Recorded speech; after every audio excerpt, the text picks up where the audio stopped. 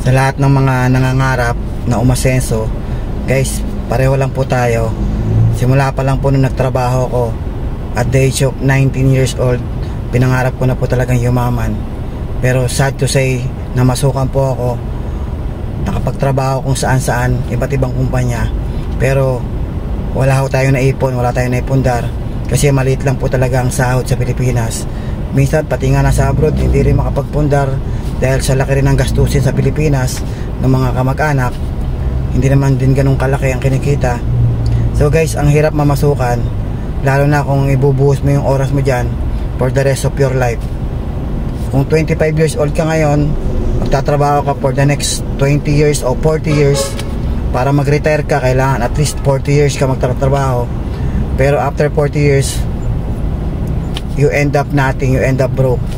Diba? Paano tayo nyan pagka wala ng trabaho, retired na tayo, pero wala tayong naipundar na mga income generating asset. So walang papasok na pera. So ang problema ngayon yan, manghihingi tayo sa mga anak, manghihingi tayo sa mga kamag-anak, sa gobyerno. Kasi ang hirap, aasa ka na lang sa ibang tao dahil wala na tayong income, wala na tayong lakas. So guys, hanggat malakas tayo, so yun ang goal natin. Sana magkaroon tayo ng mga properties na pwedeng mag-generate ng income. Pwede ka magpunta ng apartment, bumili ka ng farm, resort. So napakalaking yan, pero napakalaking halaga kailangan mo.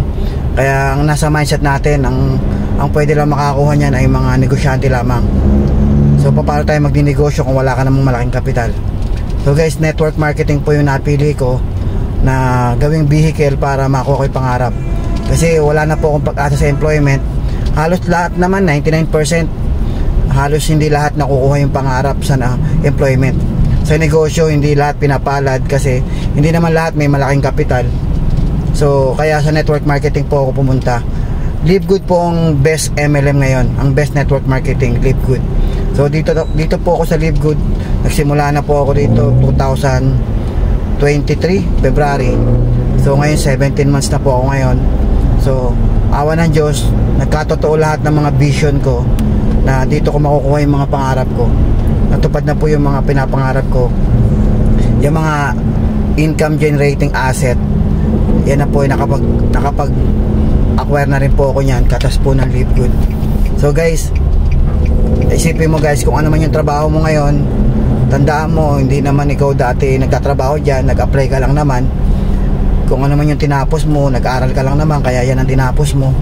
So walang linya-linya rito, walang makakapagsabi kung saan ka asenso unless hanapin mo talaga, mag-try ka. Pero kung mag-i-stay ka sa employment, mahirapan talaga guys, mahirap eh.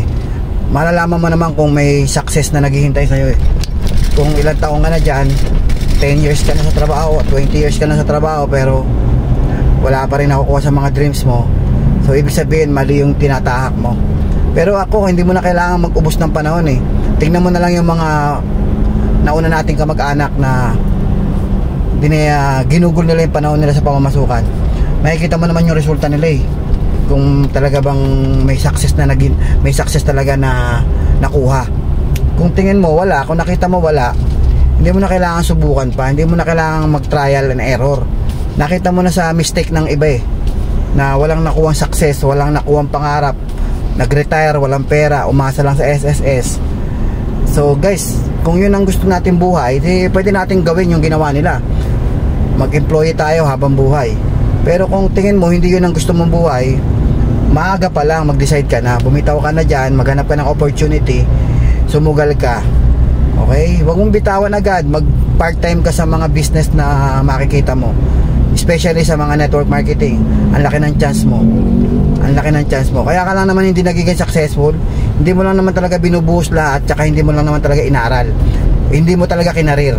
Kung meron kang experience sa network marketing before, tapos feeling mo hindi para sa'yo yan kasi hindi ka kumita, hindi ako naniniwala doon. Kaya ka lang hindi kumita, kaya ka hindi naging successful, may mali ka lang ginawa, may kulang ka lang ginawa. Baka hindi mo kinarir, hindi mo inaral, hindi mo sineryoso. Yun lang naman yun eh. Kahit naman hindi network marketing eh, kahit saan ka pumunta eh, pag hindi mo sineryoso, hindi mo kinarir, hindi ka rin naman talaga magiging successful eh. Same lang din sa network marketing yan. Kung sineryoso mo to, kinarir mo to, malamang isa ka rin sa mga yayaman. Ganun lang naman yung ginawa namin eh. Sineryoso namin, kinarir namin, inaral namin, minaster namin. So yun lang naman. So guys, payo lang, kung may pangarap ka, huwag kang magtagal sa employment. Mag-live good ka. Ang laki ng chance mo guys. Pioneering stage pa rin tayo. So yun lang, maraming salamat. Sana maging matagumpay din yung buhay mo. Lahat tayo binibigyan lang ng Diyos. Sana isa ka sa mabigyan. Ako kahit papaano, unti-unti nagpapasalamat ako sa Panginoon Diyos. Binibigyan ako ng opportunity, tapos tinatrabaho ko, kumikita naman. So kailangan lang naman talaga, trabahuhin mo lang, i-workout mo lang.